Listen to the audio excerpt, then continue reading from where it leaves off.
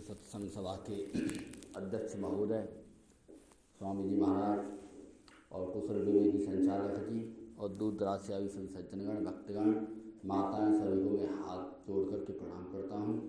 जो कुछ भी गलतियाँ हो जाए उन्हें क्षमा करें। उससे पूर्व वक्ता बहुत ही अच्छा बोल के गए, जैसी जिसकी समझ में आया बहुत ही अच्छा बोला।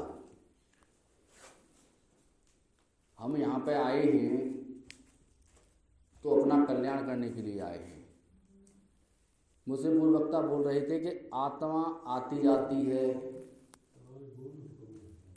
आत्मा उधर चढ़ जाती है, तो ये आत्मा में आना जाना कब क्या हो गया? ये आत्मा में आना जाना जो लग रहा है ना, ये भासता है। यही तो अज्ञान मिटाना है। आत्मा न हिलती डुलती है न आती जाती है, केवल आती जाती सी मालूम पड़ती है। और ये मालूम जो पड़ती है वो सत्य नहीं है, इसी को हमको जानना है। सत्य हिलने डुलने वाला नहीं है, सत्य आने जाने वाला नहीं है, सत्य है और वही स्थित है तुम में, वो तुम ही हो।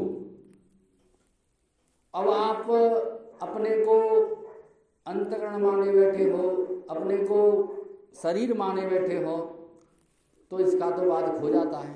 ये तो प्रत्यक्ष के लिए प्रमाण की क्या जरूरत है? ये शरीर रहने वाला नहीं है। ज़्यादा से ज़्यादा 100 वर्ष जिंदा रह जाएगा, 130 वर्ष जिंदा रह जाएगा। और मन भी, जिसको हम मन बोलते हैं ना, वो सुख और दुख को देने वाला है। सभी जड़ उसमें मौजूद है, उसी से हमको ये आना जाना महसूस होता है। हम यहाँ आ गए, वहाँ चले गए। कि जितनी भी कर्म हैं, जो कर्म से पता है, एक वक्ता ने बताया था कर्म से मोक्ष। कर्म से मोक्ष नहीं होता है। कर्म से क्या होगा? आपका जो अंतकरण है चित्त शुद्ध होगा, उससे चित्त शुद्धि होगी निष्काम कर्म योग से। जब आपका चित्त शुद्ध हो जाएगा, वही निष्काम कर्म योग ज्ञान योग में परिवर्तित हो जाता है बहुत काल बाद। ये भगवान ने गीता में बताया है।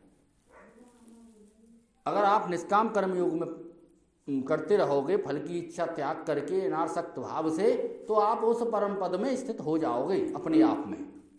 वो तो स्थिति शुद्ध है, उसको क्या शुद्ध करना? शुद्ध करना है केवल अंतकरण की जो अवस्थाएं हैं।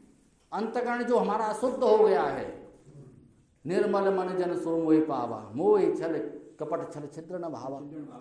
तो ये छल कपट मद मत्सर काम क्रोध लोभ मोह कहाँ पर है?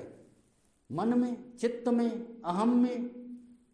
वो अहंता जो है, उसी के अनुसार वो अपने को उतने ही बीच में समझ रहा है, वही अहंकार है।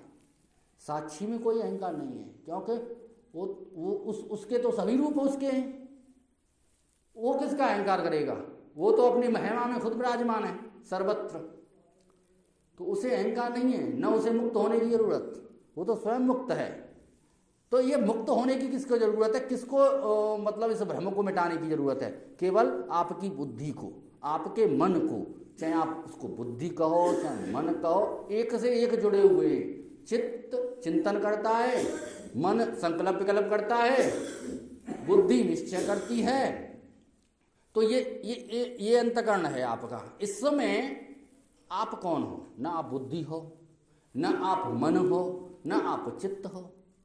आप तो इन सबके साक्षी अधिष्ठान ब्रह्म हो। वहीं से आपका स्रोत खुलता है। ये नहीं हो सकता कि आप मन हो। मन अगर आप बन जाओगे, अंतकरण आप बन जाओगे, बात करते चली जाइए आप। एक भागवत में ब्रह्मा जी ने, जब ब्रह्मा जी को भगवान ने चतुश्लोकी भागवत सुनाई, भागवत में वेदांत बड़ा पड़ा है, लेकिन उसको समझते नहीं है और न कहते हैं व्यास, क्योंकि उसको समझने के लिए अगर उसको समझाने लगे तो जनता ही आदि उठ के चली जाएगी, समझ ही नहीं पाएंगे। क्योंकि कोई पाव कोई इस मार्ग में कोई पैर धरता है, कोई मतलब जिस पर प्रभु की कृपा हो या जिसकी लगन हो, जिसकी भक्ति हो, भक्त ही इसको पाते हैं। ये भक्ति नहीं है कि आप जो है भगवान की चर्चा सुनने में भी आपको अगर लगन नहीं है, ज्ञान की चर्चा जो ज्ञान स्वरूप है, भक्ति स्वरूप है, प्रेम स्वरूप है, तो आप किस बात के भक्त हो? ढोंग कर रहे हो, आप पाखंड कर सकते हो। लेकिन जिसने कल हमारी एक बात हुई थी, कल प्रसन्नकर्ता भी थे मौजूद अजरोही में, और सुनाने वाले भी थे और बताने वाले भी थे, लेकिन उसको प्रेम पूर्वक सुनने वाला कोई नहीं था। विसुनदास वाले सत्संगियों से एक हमारे धीरेन्द्र मासावन ने प्रसन्न किया, लेकिन अपनी हठ विद्या पे वो अड़े रहे, लेकिन उनकी बात उन्होंने नहीं मानी। तो आप किस बात पे विरक्त हो? आप समझना भी नहीं चाहते हो, आप अपने अहंकार में घुसना भी नहीं चाहते हो, तो आप किसके भक्त हो? पहले अहंकार को ही त्यागना पड़ेगा। भगवान क्या करते हैं, पहले मैं अपने भक्त के अहंकार को मतलब छुड़ाता हूँ। अहंकार भोजन है मेरा, तो आप अहंकार लेकर के जाओगे? नहीं, आप अहंकार नहीं। तो मुख्य तौर पे हमको क्या परेशानी आ रही? एक ही परेशानी है, केवल लगन की। केवल भक्त नहीं है हम पूर्णतया। हम भक्त किसके हैं?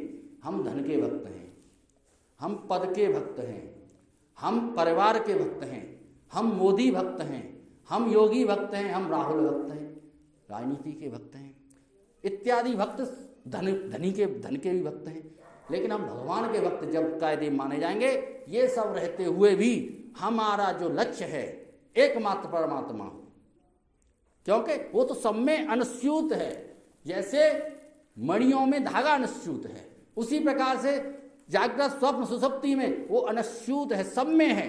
उसी के होने से इसका होना है, वही है, ये तो है ही नहीं। जैसे घड़े में अब बताओ, अब मिट्टी कितनी है, कितने परसेंट है? 100%, 1% भी नहीं। अगर आप घड़े को देख रहे हो तो 1% भी मिट्टी नहीं है। अगर आप मिट्टी को देखते हो तो बिना मिट्टी के घड़ा बन ही नहीं सकता, हो ही नहीं सकता, उसकी कल्पना ही नहीं की जा सकती। उसी प्रकार से बिना चेतन तत्व आत्मा के, बिना परमात्म तत्व के क्या ये संसार हो सकता है? कोई तो आधार होगा इसका। या तो आप यूँ कहिए आधार ही नहीं है इसका, निराधार है, कोई है ही नहीं। तो आपका फिर हमारा यहाँ आना जाना क्या है? कुछ नहीं है, सत्संग भी कुछ नहीं। फिर तो चार्वाक सिद्धांत सिद्ध हो जाता है, जब तक जियो जब तक मस्त रहो और कर्ज लेके घी पियो और खूब मारो, फिर क्या है? कोई कुछ नहीं। फिर क्या, कहाँ की आत्म शांति, कहाँ ये गीता भागवत, कुछ नहीं उसके लिए। ये तो वामपंथियों का हो गया। लेकिन अगर आपको श्रद्धा है तो जितने भी भाव उत्पन्न होते हैं श्रद्धा के, वो परमात्मा से ही उत्पन्न होते हैं। जो भक्तों का भगवान है तू, वही ज्ञानियों का ब्रह्म में है। इसमें संशय होने की जरूरत ही नहीं है, कोई संशय नहीं। लेकिन समझ की संशय है। अपना अज्ञान अगर आप सूर्य पर ध्यान दें कि ये सूर्य जो है हिलता डुलता है, अपना ही तो अज्ञान हम थाप रहे हैं भगवान राम पर। जो सती जी ने कहा है, अपना अज्ञान हम राम पर थोप रहे हैं कि राम में ये है, राम रो रहे हैं, राम हंस। इससे क्या साबित हो रहा है? इससे यही हो रहा है कि भगवान राम में ये तो का लेस भी नहीं है, छूते भी नहीं है जी। केवल ये छूते कहाँ है कि ये भाषा है, जितना भी ये भ्रांति है, अज्ञान है, अध्यास है, कुछ भी कह लीजिए आप। कुछ तो मतलब इतने जो पिछली जो लिपि थी हमारी, जो संस्कृत की, उसके ये शब्द हैं, भ्रांति, अध्यास इत्यादि वगैरह। इनको समझाने के लिए या तो कोई सरल भाषा आपका भाषा आड़े आती है, उसको सही ढंग से समझाने वाला नहीं है। नहीं तो बात तो सभी वही है, केवल और केवल अपने ऊपर उसको ढालना है। अब वो कैसे ढालना है कि मैं मन नहीं हूं, मैं बुद्धि नहीं हूं, ना हम बुद्धि ना हम मन, शिवो हम जो शंकराचार्य का वो है ना। तो जब मन मेरा गया, वृत्ति एक बार निकल के जाती है तो वापस जरूर आती है। जब वो वापस आई तो कहां पे आई? आप ही से आई। इसमें क्या संशय है? जब वृत्ति निकल के गई, जब हम सपनों में थे तो हम थे वहां पे। लेकिन चक्कर क्या है, जब घड़ा बना तब मिट्टी वहां पे मौजूद थी, लेकिन वो घड़ा ही बन के रह गया। ऐसा हो ही नहीं सकता, हमने मिट्टी को अलग रखा ही नहीं, हम कभी भी निर्वस्त्र नहीं हुए।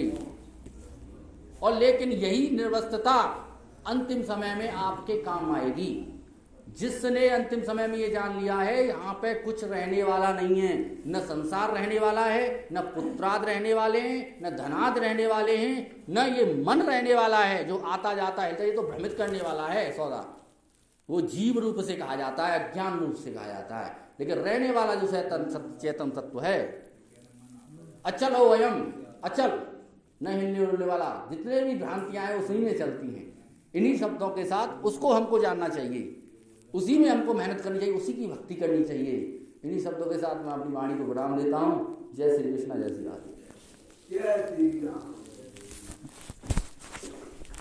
देखो ऐसे मान लीजिए कि हमको प्यास लगती है, तो इसका मतलब जल है, समझता प्यास बुझाने की है, प्यास है। भूख लगती है तो इसका मतलब भूख बुझाने के साधन है।